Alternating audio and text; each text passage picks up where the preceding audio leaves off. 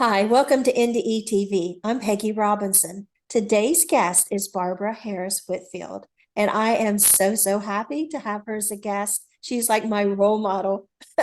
I first saw her online years ago, and I was just floored with her story. Hi, Barbara. Hi, thank you for having me on. Oh, thank you so much for coming on. And we've been talking for almost an hour before we actually start this. So we hopefully got all my chit chat out of the way because we just want to hear your story.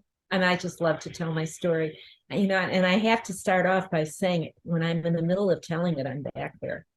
Me too. So there have been times when people have asked me to spontaneously just to give it. And in the middle, they'll start asking me questions. And it's so jolting It because is. once we start, we're there again. It's like it happened yesterday, and it happened like 44, 45 years ago. And what happened was, first of all, I was an atheist. I had been abused a lot as a child. I didn't get the love that kids need. And I grew up being very bitter. And if there was a God, why didn't God protect me? And that was my attitude.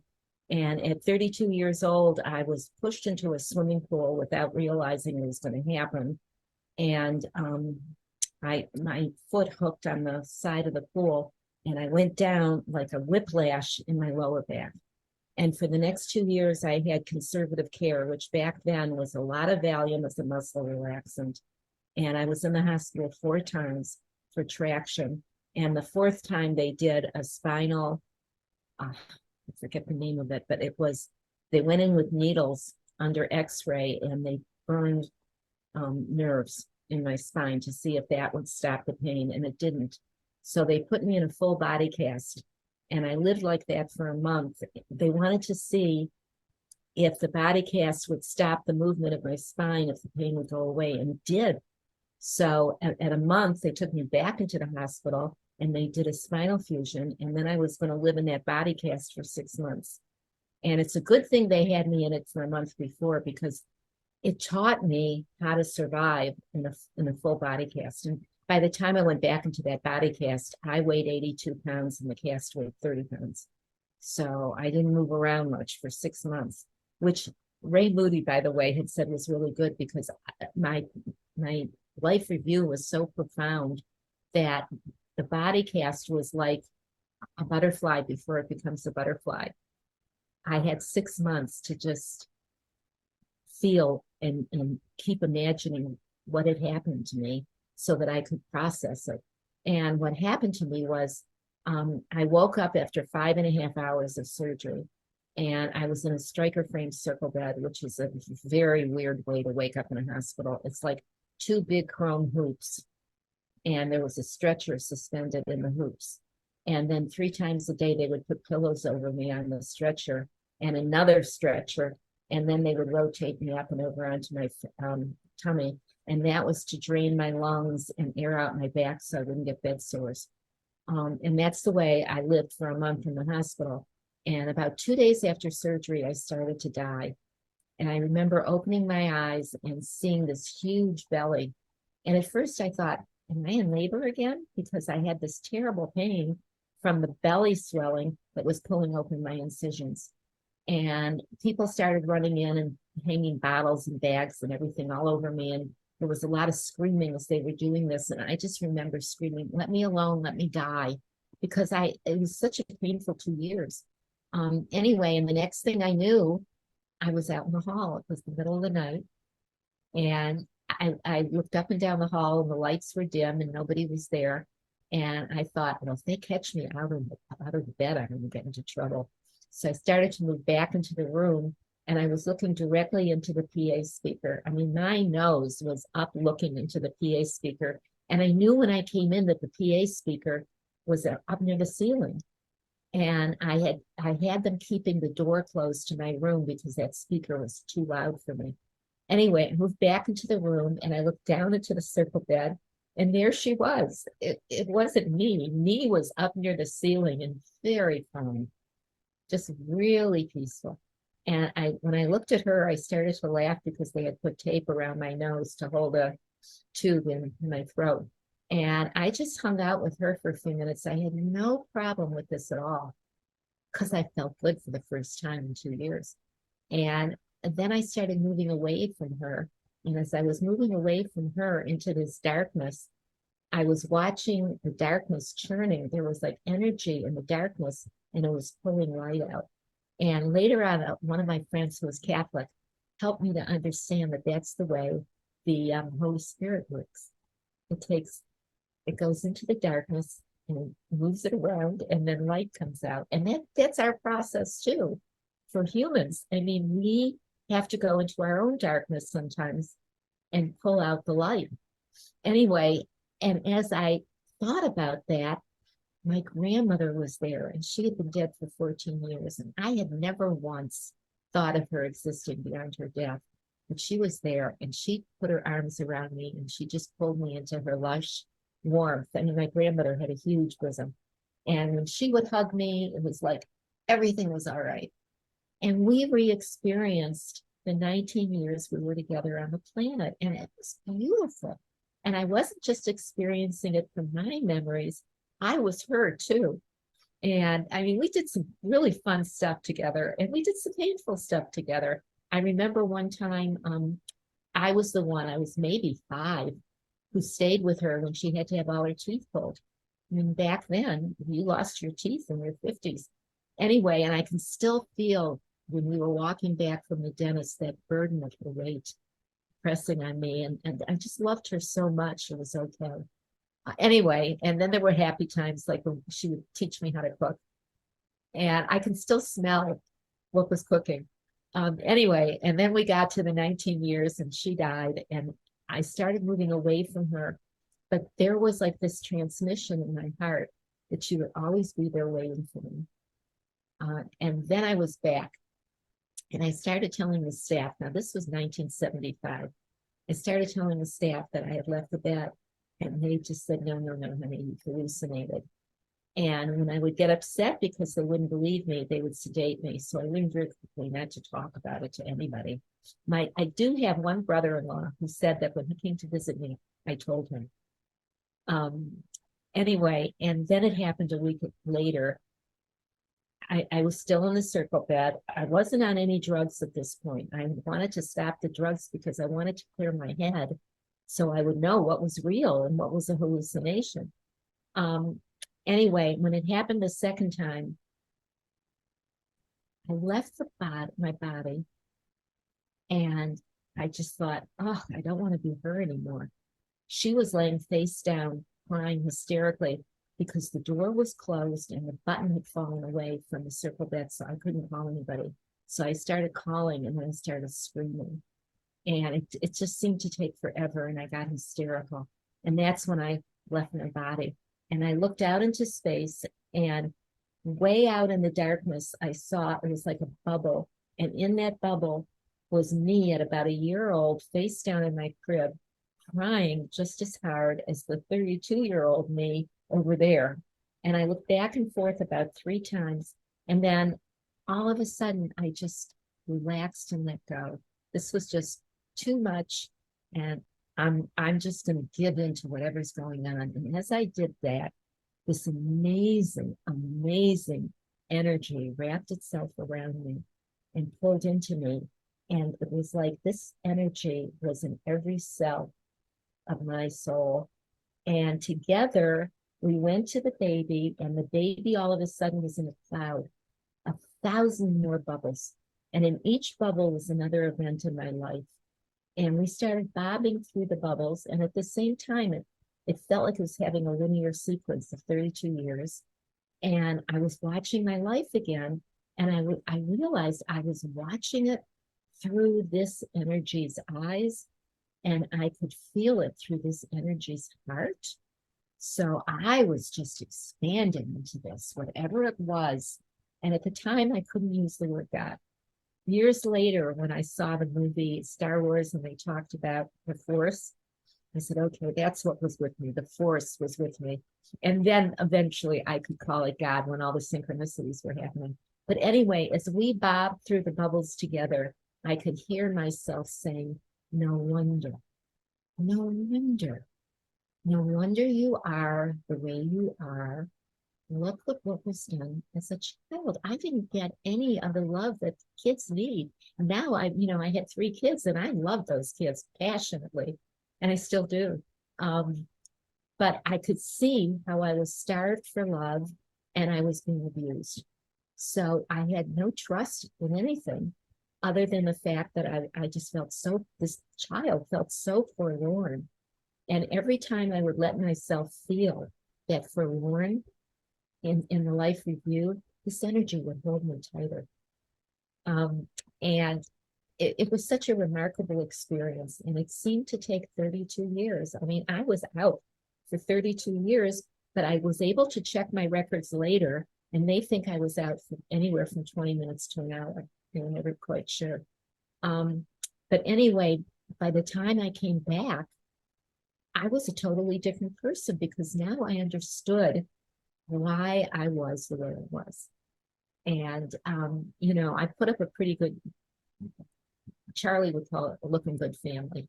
We had a looking good family, but underneath it all, I was just dying inside. I was so wounded. And then I came back from that, and I tried to tell the nurses I had left the bed again, and they said, no, honey, you've hallucinated.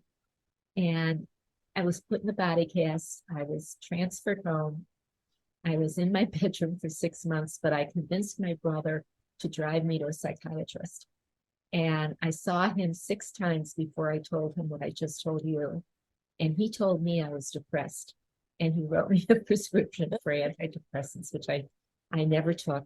But I can tell you I was very confused and I was very overwhelmed. But there was a part of me that was just ecstatic. I realize now that there is just so much more to life than we mortals understand. And when we leave this dimension and move into another dimension, which is just as real when we're in that dimension, and then we come back here, life has just expanded. It's become huge. And our energy changes. Everything changes. And that's how we know that NDEs are real, because you can clinically and scientifically measure how people change. And I'm just so grateful. I mean, my life has just become totally just gratitude for everything, the gifts that were given to me through that experience and continue to this day. Anyway, that's it. Oh, no, honey, that's not it. Your story is just beginning. Yeah. I mean, you become a physical is a new beginning. therapist and Yeah. started working with patients in ICU and started hearing their near-death experiences. Yeah, they would tell What me. was How did they that? know they could tell me? And Yeah. I started writing about it. I was writing about this as a student. And I was, because I mean, after I got out of the cast, I had to do something to be with people that were sick. And I called my subject. This was I started getting published in the late 80s. I called my subject the emotional needs of critical care patients. And nobody was talking about that back then. It's like people in ICU that were being drugged to be paralyzed. Nobody was talking with them about what that felt like if they couldn't move and all these things were being done to them. So I started writing about it, and as a student, I was getting published, and that's when I met Bruce. I met Ken Ring first, and Ken interviewed me for Heading Toward Omega. Now, you were on Larry King at that time, right? Twice. But I mean, at this point, because of these things you were publishing, is that what got you on Larry King? Well, what got me on Larry King was my first book. Okay. I was already a researcher, and very, very few books were out yet about near-death experiences. And here I was a near-death experiencer who also was a researcher. So Simon & Schuster picked up a proposal that I didn't even know I could do, but synchronistically, one of the secretaries in the secretarial pool at the university, her boyfriend was the editor at Women's World magazine, and they interviewed me. And then the editor contacted me and said, "You have a great story. and you should shop it around with the New York publishers. And coincidentally, I lost my grant and I wasn't working. So I had a year to write Full Circle. It's just so funny all the time how these things work out. So he gave me his agent who was selling his stuff in New York, and she took me around to 6 publishers. And the same day we got an offer from Simon and Schuster, and that's Wow. Full Circle. And as soon as Full Circle was written, my grant was back, so I could go back to work. You gotta love God. Oh, with all my heart and soul. And so let's go into the romantic portion, because you met the love of your life in this. I He did. saw you on Larry King, correct? Yeah, yeah. We always said Larry King was our matchmaker. I had met him 5 years earlier. We were at a conference at Georgetown University in Washington, D.C. It was a very small conference, and what it was consciousness researchers applying to Congress for funding to explore consciousness existing beyond death. And I got up and compared Ken Ring's work with Stan Grof's work. Stan Grof had invented this holotropic breathwork that can really take us. I've gone and done it with him for a week in Omega Institute.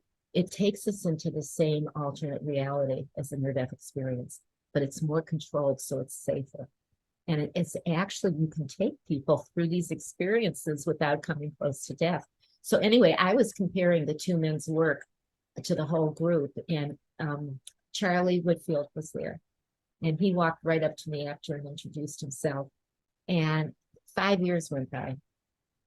I'm back in Connecticut, he's back in Baltimore. And he would call me 2 or 3 times a year at the university and ask me research questions. And I would send him letters. Thank you for calling, Dr. Whitfield, blah, blah, blah. Here's the research paper that might help you with this. You know, I found all those letters that I sent him. He had saved them all. Anyway, 5 years later, I'm on Larry King introducing my first book, Full Circle. And he walks in and turns on his TV, and there I am. And he realized the next weekend he was coming up to Connecticut to speak at an international annual meeting of adult children of alcoholics. And I had been praying finally for a healthy relationship. After my divorce, I had put myself back into therapy to try to figure out what was going on that I'm missing. So anyway, and Charlie had sent me his first book, which is still selling big today, called Healing the Child Within, and I had never opened it. But Ken and I had gotten stats on near-death experiencers have a much higher rate of child abuse or some kind of trauma in childhood. And we were working on that whole theory of the idea that because we dissociate, dissociation in this case is a gift. It helped us to not have to suffer when we were being traumatized, number one. And number two, it helps us as an adult to be able to move into an alternate reality. It's like a psychic talent. Anyway, and I wanted Ken and Bruce to continue looking at child abuse and start figuring out clinically how we could help people. And they weren't interested in that. But I opened up Charlie's book, and it's everything I wanted to do, everything I wanted to research. He had already put into words. So he called and invited me to come to the conference and have dinner with him.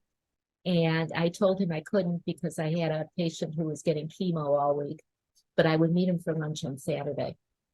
Anyway, Friday morning, my patient calls to tell me your chemo was canceled, so I didn't have to go over there. So I showed up at, I'll never forget this, at Farmington Marriott, and I asked where Dr. Whitfield was, and they pointed me to. I walked into the biggest conference room. There were 800 people sitting there waiting to hear him talk. And the woman said to me, you know, you need to have an ID badge. And I told her that Dr. Whitfield had invited me to come. There was an empty seat in the front row. She walked me right up to the front row. I'm trying to figure out, there are a whole bunch of men sitting up at a table talking about ACOA business. and I'm trying to figure out which one he is, and he wasn't there. He was meditating in his room, and he came Oh, in like an hour later. Um, and he talked for an hour and a half about feelings. Nobody was talking about feelings back then. And here I was writing about the emotional needs, So anyway, I listened to him for an hour and a half with slides talking about feelings. And I just knew right there and then. I didn't know we would ever get married, but I knew, first of all, that our research was going to merge in a lot of ways, because he was very spiritual too. He had had a Kundalini awakening experience because he was a meditator for years. And this was when he was getting, oh, what do they call it with the needles? acupuncture. Thank you. So he had had a spiritual experience too, where he left his body. Anyway, we wound up having dinner together. And then 2 weeks later, we got together for a whole weekend. And no, actually, we got together that time for 2 weeks. And then we just kept going back and forth. I wore out a set of tires, and he was flying back and forth all the time. We were 350 miles apart. And we were both wounded from our first marriages, and we were scared. And the trust takes time. Yeah. So after a year, this is what finally moved us in together. I was visiting a girlfriend on a Friday night, and Charlie was going to call me after work at 10 at home. And as I was pulling up my girlfriend's driveway, she lived in the country. It was a very long, dark dirt driveway. My lights went on. My motor was still running, but my lights were gone. I had no lights. And I came inside the house, and we both discussed the fact that I couldn't drive home with no lights, so I was going to spend the night there. So I called him to tell him to call me at her house at 10, and I left a message on his tape. And when he came in and played the tape, he called me right away, because at that exact moment that my lights went out, and I swear this is true, he was in an automobile accident. He hit a patch of ice. His car was spinning around. This was on the expressway on a ramp. And the first thing that happened was the front of his car hit the guardrail, and his lights went out. And at the exact same time, my lights went out. Gotta love God. Hello. I mean, why don't you just hit us both over the head with a hammer? And we were talking about it the next day, and I took my car in to see if it was a burnt out fuse, and there was nothing wrong with my car. My lights went on. And so we decided at that point we had to stop doing the 350-mile jaunt and move in together. And it took us 3 years, almost 4 years before we got married, because we knew we were traumatized, and we knew we had to work on it. And working on it with him was just so wonderful, because he had already figured a lot of this stuff out. And I had the whole spiritual thing going. So when we were the first year we lived together, he wrote boundaries in relationships, and I wrote spiritual awakenings. And then the next thing, the books were just hilarious, as far as we were learning so much and putting it into book form. And then finally, when we wrote The Power of Humility together, that's what brought God into our relationship, because that's what the whole book is about. It's a map where you start off on the lowest level is conflict. And, couples are doing this. They're back and forth. But then the next level, which is cooperation, we're doing this. We're buddies, and we're looking out at the world together. And then the third level was co-creation, where we're inviting God in. And the fourth level is unity. And at that point already, everything that was happening. What is it? Humility? Unity. Unity. What Okay. fuels us to get up there is humility. We had been writing this book. Most of our books took a year, maybe 2 years at the most. This book took 5 years. And another couple had brought us the map that has spiritual communities. And they didn't know how to write about it, but they gave us the map. And then we would get together with them a couple of times a year and give them what we had written already. And we would talk about it. But anyway, I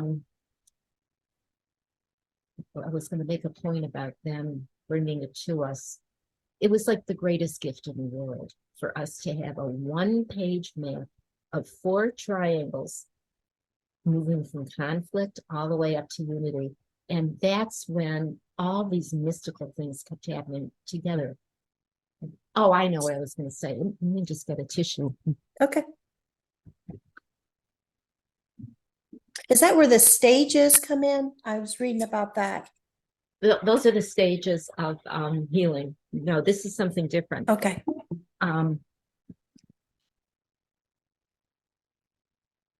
This book, The Power of Humility, has been canceled.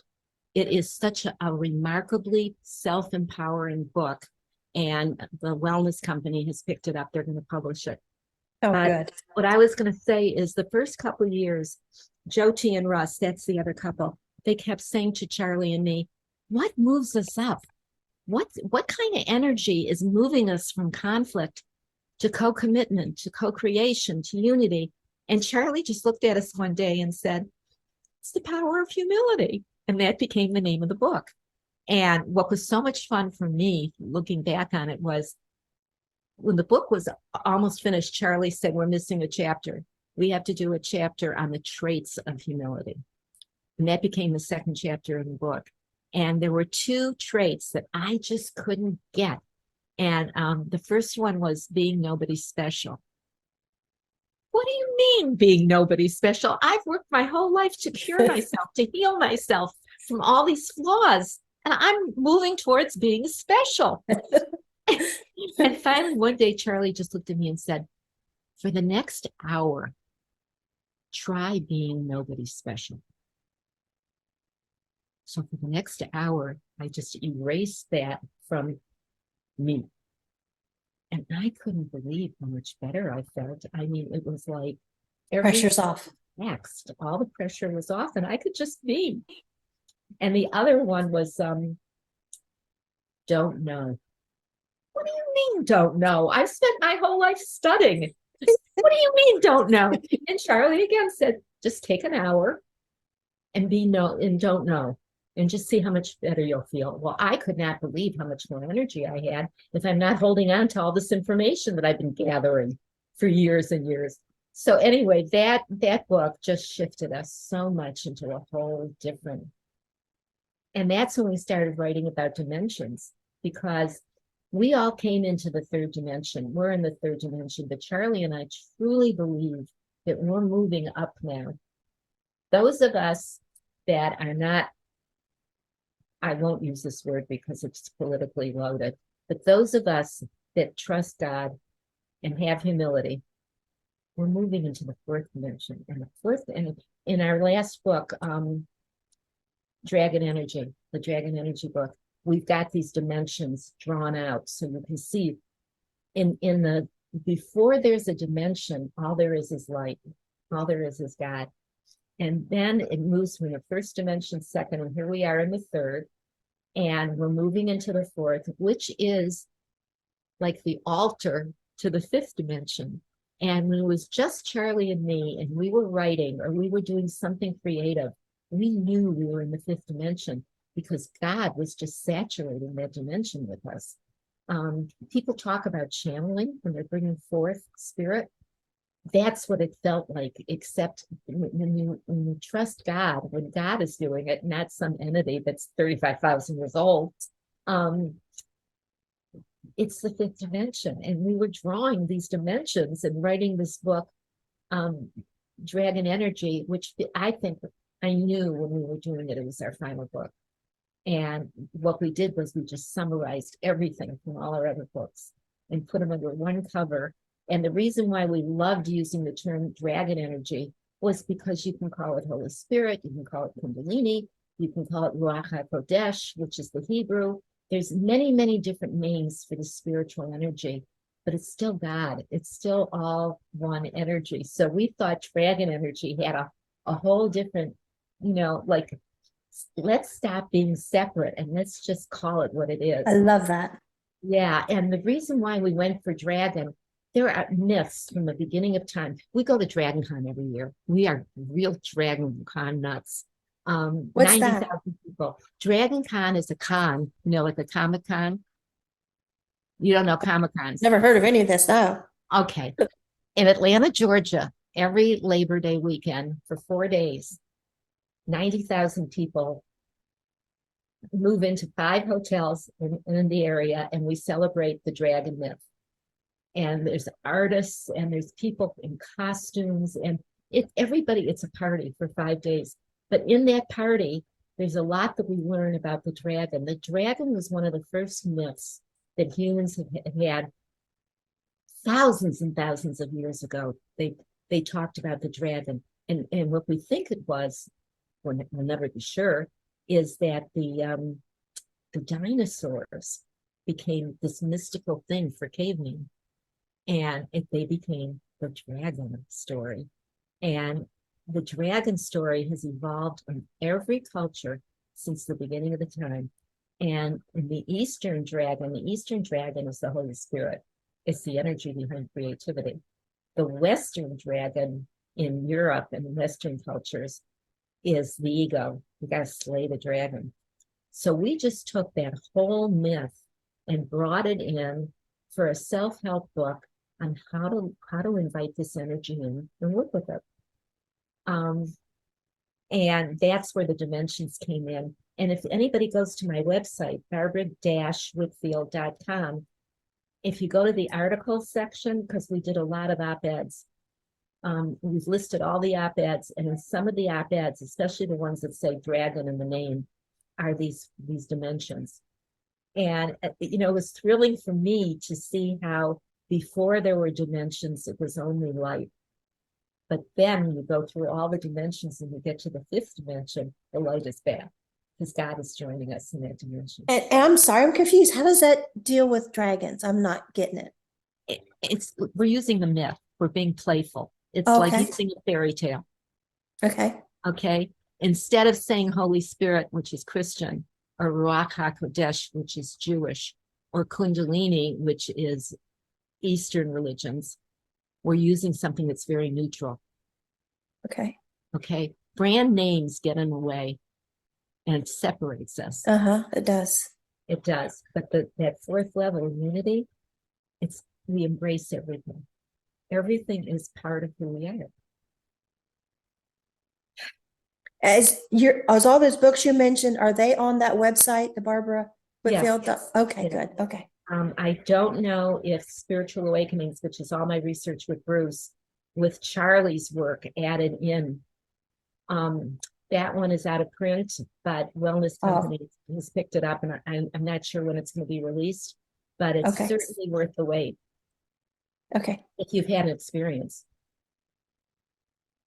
Okay. Yeah. And you sent that to me, so I really look forward to reading that. Yeah. Thank you. So the dragon thing kind of threw me. Like I'm like trying to wrap my head around it and understand how that goes into learning the dimensions. It's just I'm not doubting it. I'm just not. Okay, here's an example. If I told you about Kabbalah, which is the very, very mystical Judaism, what moved me from this dimension to the 5th dimension practically is this breath work, where when we inhale, we're inhaling God's out breath. And then when it's an out breath, you're inhaling, God is inhaling my out breath. It's hard to say. But you do that kind of breathing for 5 or 6 minutes, and it just moves you into somewhere else. Or at the very least, it gives off all your stress, and your body is stress-free. Some people would be offended by the fact that this is from Judaism and it's Kabbalah. Okay, then some people would start labeling it as the devil. If we take something that's really neutral, the myth of the dragon, and we have you breathing in the dragon's out breath, and then we have, just visualizing it, obviously, it's not as offensive. And that's why we pick dragon, because we go to Dragon Con every year and we see it working.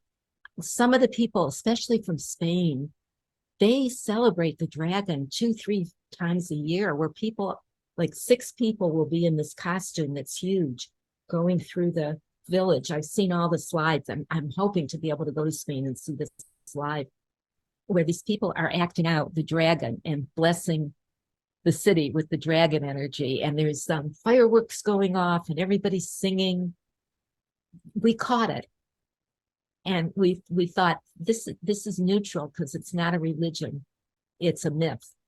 Is this, you mentioned early on, something that people can do to actually kind of have a near-death experience? Is this what they're doing? No, That's different. Stanislav Grof is an MD from Czechoslovakia, and he was working at some medical center in Baltimore. He and Charlie were friends, and he was studying LSD, and he was creating the whatever for people to have near-death experiences using LSD. And, psychedelics are becoming a lot more popular now, are being proven that they can create healing or at least move people along where they couldn't move along before, if done in a therapeutic atmosphere with a physician or somebody trained. Anyway, all of a sudden the government took away his ability to use LSD, and they did for many years. And he developed this breath work, and I did it for a week, where there's big loud speakers and drums, all kinds of African kind of drums, and we're doing heavy panting. The breath, Ruach HaKodesh, which is equal to the Holy Spirit, means the holy breath. We can do so much spiritually with breathing, and it releases so much. What was that word? With what? Ruach HaKodesh is the holy breath. That's what it means in Hebrew. It's our breathing. And when I did his kind of breath work, I understood Ruach HaKodesh. I was able to trigger a psychedelic experience with my own panting and the music. And the other thing is that we take turns. You're teams of two. So somebody is sitting and watching you and guarding you while it's going on, so you feel safe. So the dragon just seemed like a safe label instead of picking one religion's name. I noticed the other day that when I hear Darius Rucker's song, what is it called? Rock Me Mama, like a wagon wheel. Mm-hmm. Mama Rock Me, that song, I go into something. Mm-hmm. I am like almost not out of body, but it's like at the end of my fingertips. Something about, I'm remembering rocking my boys when they were babies, and I'm thinking, imagining, picturing him, the guy singing his story about he's headed down south to see his woman, and I'm picturing him hitchhiking and catching this ride and all these things at the same time, and I'm in the rhythm of the music. Yeah. And I can be in the worst mood, and I hear that, and I'm tingled all over. Yeah, we have all kinds of triggers. If we just find out about them and use them, life doesn't have to be melancholy. Life can be really mystical. We can invite that in. Yeah.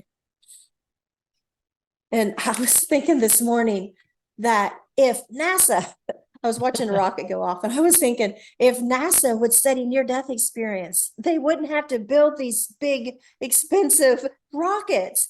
They can learn how to get there, not fantasize being there, not imagination, but actually travel through space and time and see what is there if they would just listen to us. That's crazy. So they just listen to us crazies. So it's amazing how the work that you and your husband did together. Yeah. It's like you guys are so far beyond your time.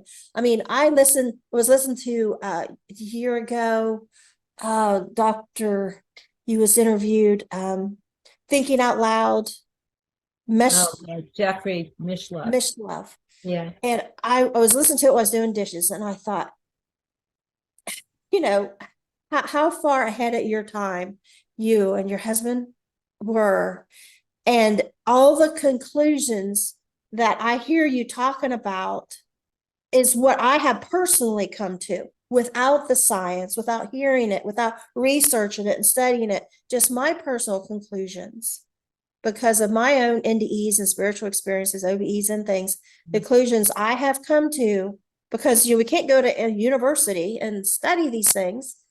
But there's like the same conclusions I come to, especially the disassociation of child abuse that I have said all along. I have absolutely no proof, but you guys were proving it.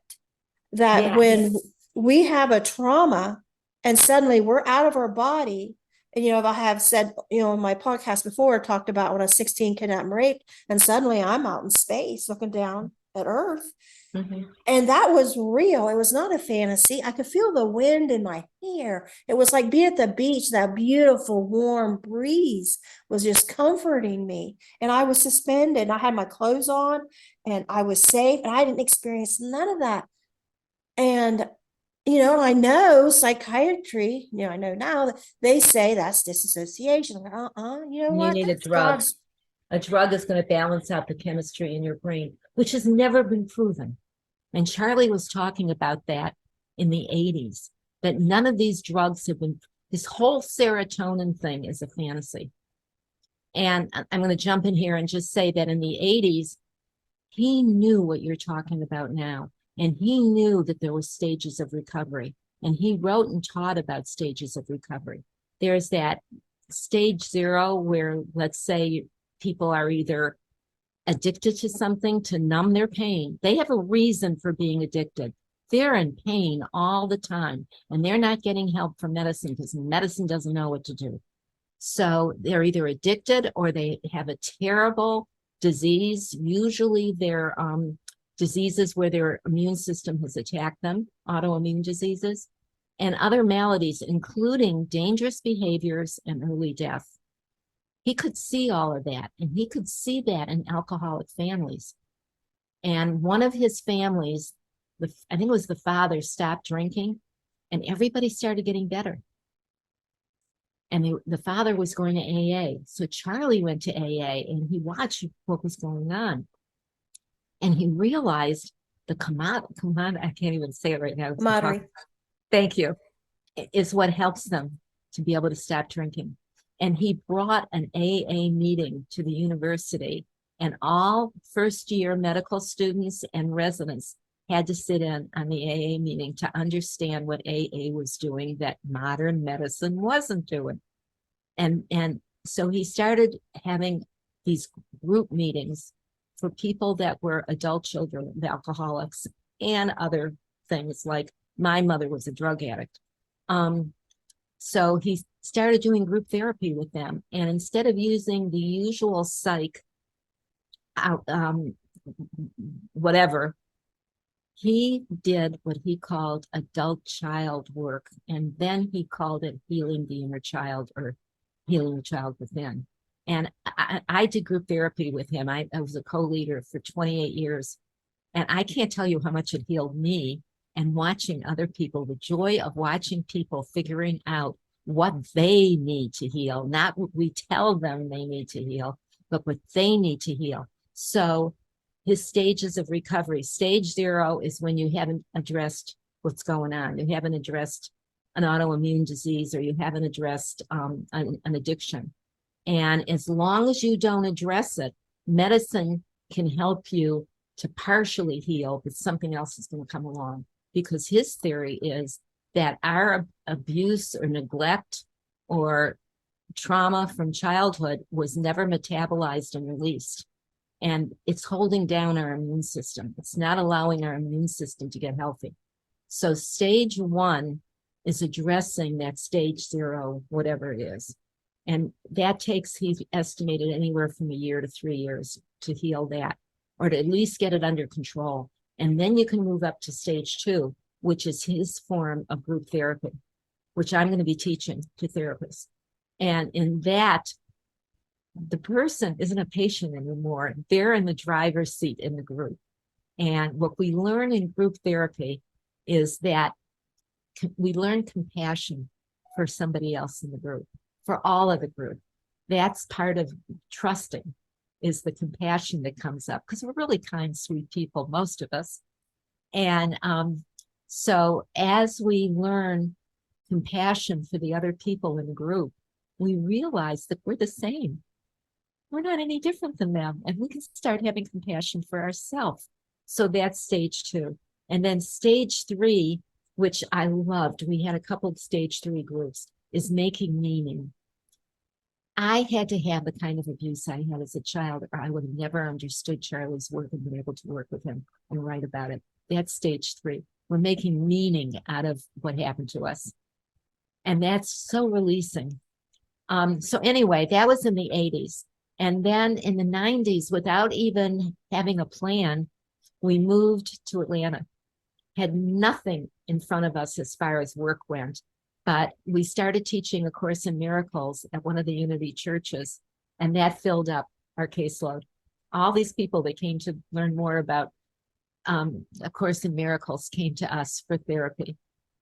And within the first year of being in Atlanta, Charlie was back at the CDC with a group of incredible doctors who were proving what Charlie had written about in the 80s. This was now the 90s and 2000. It's called the ACE study. It stands for ACE, childhood experiences, adverse childhood experiences. And they came up with like 10 or 12, like mental illness in the house, parent or SID dying, sexual abuse, physical abuse, emotional neglect is big, spiritual neglect, having nothing spiritual as we grow up. There's no religion, there's nothing for the child spiritually to support them. Anyway, there were either 10 or 12. I've had 7. Anybody who had 4 or more were considered part of the ACE study. And I think they wound up with over 9,000 people. And what they proved at the CDC that Charlie knew from the 80s was that we keep spinning our wheels in medicine trying to heal people. And unless we get to that child ACE problem, they're just going to come back with something else. And this is very important to the insurance companies because the insurance companies are the ones that do the changing. And it's actually financially more productive to give people group therapy than to keep healing whatever, or trying to heal or prescribing for all these different maladies. I mean, talk to somebody who's been abused and hear their medical background. Their records are usually this thick. This is before computers, obviously.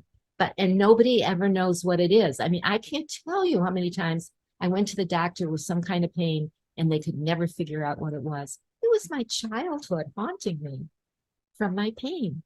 So anyway, the ACE study has been totally successful. And just now, 30 years later, it's entering the mainstream. I hear of all these different school systems that are teaching the teachers and the social workers and the nurses about the ACE study to pick up if a kid needs this kind of work. So it's happening now. It didn't happen in the beginning because, and this was when Charlie was pushing this and being called a whistleblower or whatever. He was trying to get physicians to look at alcohol history, especially when you come into the emergency room. And the physicians did not want to take an alcohol history because they would have to admit that they were drinking too much. And then there were physicians and nurses who didn't want to look at child abuse because they didn't want to know about it. It's too scary. It's too painful. Well, the CDC promoting the ACE study finally has broken in. And I have tremendous hope for medicine. And the wellness company, which I have joined, is a bunch of physicians who have left what the mainstream media is dictating now about what medicine is. And what's happened, I think, is that medicine is being dictated by politics instead of being dictated by the science.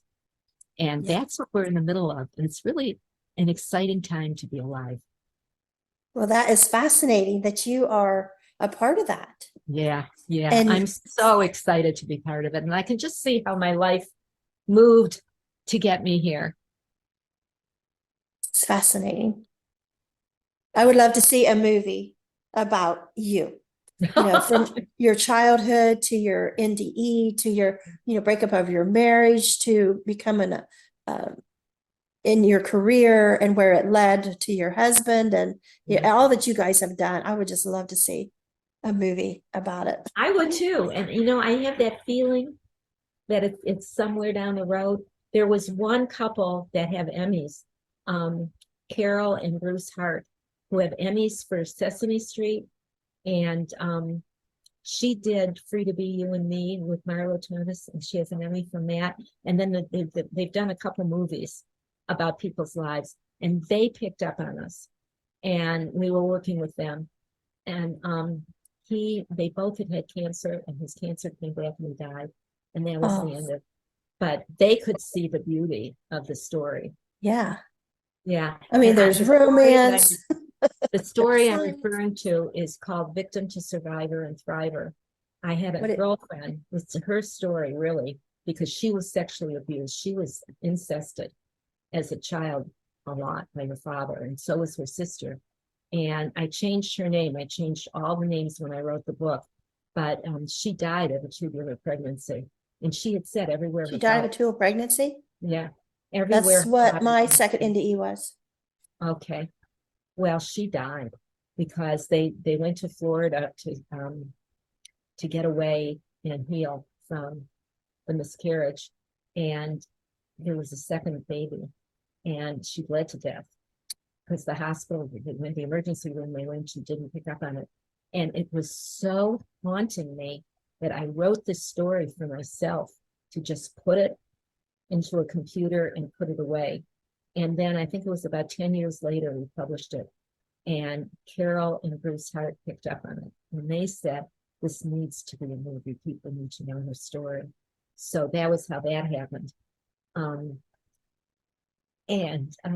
Yeah, life can be very beautiful. I mean, I think now that my life is so beautiful because God's been part of it.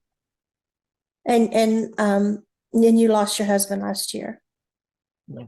COVID of all things. It was very sudden. We were both sick with COVID, and there was one day where I thought I was going to die.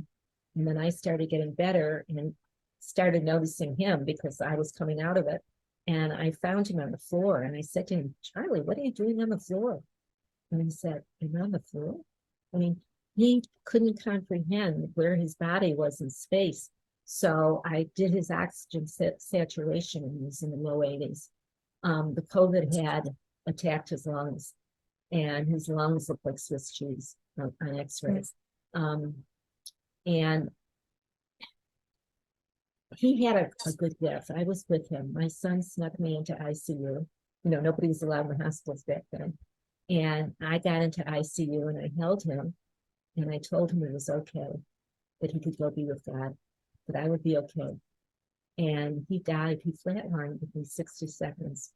And I'm still happy for him because he had a good death. He was 83. He had an easy death. But I'm miserable for myself. I know. Much. But we accomplished, I think, what we wanted to accomplish. And I just had all this faith that we're going to be together again and again and again. What a life he lived, and the accomplishments towards the near-death experience is just phenomenal. And healing. I mean, his work is going to revolutionize psychiatry when the egos get out of the way and realize that this is real healing, not writing a prescription. That's being bought out by the pharmaceutical industry. Because they shunned him, didn't they, at one point? Didn't they excluded him, shunned him, something? Well, he was fired from the medical school, and he was told the reason why was they brought in a new chief, and he brought in all his people. But Healing the Child Within was on the best-selling list. People were buying it up all over the world. And they didn't like that. No. If you work in the Department of Psychiatry, you do not demystify healing. You don't tell the patient, especially in a best-selling book, hey, that's not working. SSRIs are not dealing with. You're going to put us out of business here. We need to get to what's underneath this all. And what's underneath this all is unmetabolized trauma. that needs to be released. All we need to do is get in touch with what it felt like when one of our parents said to us, you know, you've got two choices. We'll either cut it out or you'll forget about it. I mean, that's the way my first husband worked with my kids when they had a complaint, was you forget about it. So that's trauma, and that's double trauma. They're already trying to express a trauma, and he's shutting them down. And I knew that from the very beginning, even though my parents were with me in my traumas, they were my traumas. And Charlie understood that you got to get underneath that and release it. And then you can be healthy. Then you don't need to constantly medicate your pain with alcohol or drugs. So he contributed so much. And I think that over time, that's what we're going to be using. We're going to be using that theory, not SSRI theories. There was something you said when you talked about your near-death experience. I don't know if you mentioned today or I had read or heard about it, that when you were out of your body, you thought like you would get in trouble, like they would find you or see you. That's so get funny. In trouble from being out of my body. Because after my 5-year-old drowning NDE, I kept having this memory throughout my life. What is this about? You know, I understand it better now, but you know, for so long I didn't, because sometime after my NDE, I think I was still like, you know how you are, like 1 foot here and 1 foot there, like things are still happening. And I got up out of bed and went to the bathroom, and my dad was in there. And when I knocked on the door, I said, I gotta pee, real quiet, like I was afraid to be mad at me. And I could hear that newspaper shut where he was so angry. Mm-hmm. And I knew I was in trouble. I jumped. And so he says, you go in there and you sit down and you don't get up till morning. You're not going to tell your mother either. So I remember sitting there so tiny, you know, 5 years old. My butt was getting sore sitting all night on the cheap toilet. And I remember looking over at the window above the toilet and wishing I could go out there. All of a sudden, I seen this ghost come out of me and shimmer up the wall on its knees and elbows and went out the window. And I thought exactly that. I'm going to get in trouble. Somebody's going to see me out there. I didn't experience being out there. I was just sitting here thinking, I just went out that window. I wonder what I'm doing. Could I be doing this? Could I be doing that? And I'm thinking the neighbors are going to come over and knock on the door and tell my mom she's over here playing with our daughter's toys. And, you know, mom will come to the door and she's going to see I'm sitting here. Mom, I can't be there. I was confused, you know, but I had that thought like you, I'm going to get in trouble. Somebody's going to see me out there. Well, we were always walking around scared that when she was going to drop, that we were going to get into trouble again. And we never knew when it was going to happen. It was so unpredictable. And that's what Ken Ring called it. We called it unpredictable violence. 2 words to explain my childhood: unpredictable violence. But, you know, there's one part of my life review that you were talking about your dad that I didn't share that I want to tell you now. And that's in my life review. I felt my mother's pain too. I knew what she had been through, and it was really much worse than mine. Her family had come over from Russia to avoid getting killed during the Bolshevik Revolution. They came over with nothing. They were scratching to make enough to eat. And she went through extreme poverty, and her father was a grand mal epileptic. And every night he would have a seizure, which was violent. So she became violent. And when she would beat me, I could feel that her violence was coming from deep down rage that really had nothing to do with me. And over time, I was able to finally feel compassion for my mother. And that's when I realized that forgiveness does not come from the head. It is not a head trick. Forgiveness is releasing it from our heart. My heart was heavy with my mother's abuse. And once I had compassion for how bad her childhood was, I could release that and forgive her. I don't want to ever go through it again in my next life. Did you have a relationship with her? I mean, as she got older? As she got older and my dad died, she was still around for a couple of years. And I would set boundaries with her. You know, like she was in a beautiful, beautiful senior facility. And I mean, it was like walking into a Hilton. And I remember one night at dinner, she was pointing out all the ugly people. It sounds like my mother. She would You do know, that. and I mean, she I has said, it, but I could see it. and she was talking loudly. And I said to her, you do this again, and I'm going to get up and leave. And she never did it again. Really? My mom don't stop. I tell her to know, stop. Like my I would mother walk in stopped. the nursing home. My God, Peg, you're fat. My God, what are you wearing? And Mhm, just horrible lies she would tell people about me. Just, and I would say, Mom, stop. And she mhm. wouldn't stop. Yeah. Well, see, Get out here and because don't I come would back. threaten to leave. Yeah, well, she'd tell me get She out and just, don't come back. So yeah, yeah. she didn't You've care if got I an left. appointment at 1 o'clock. I do. It's 10 to But 1. yeah, yeah, it's fine. It'll just, he'll call me at Okay. 1. So, Okay. but I have so enjoyed this. And is there anything else that you'd like to add? I just wanted, this is just between you and me. Look at how red I am. Do you know Oh, how no, red we're still I am? recording. So if you want to say goodbye, then we continue talking. Okay. No, Goodbye.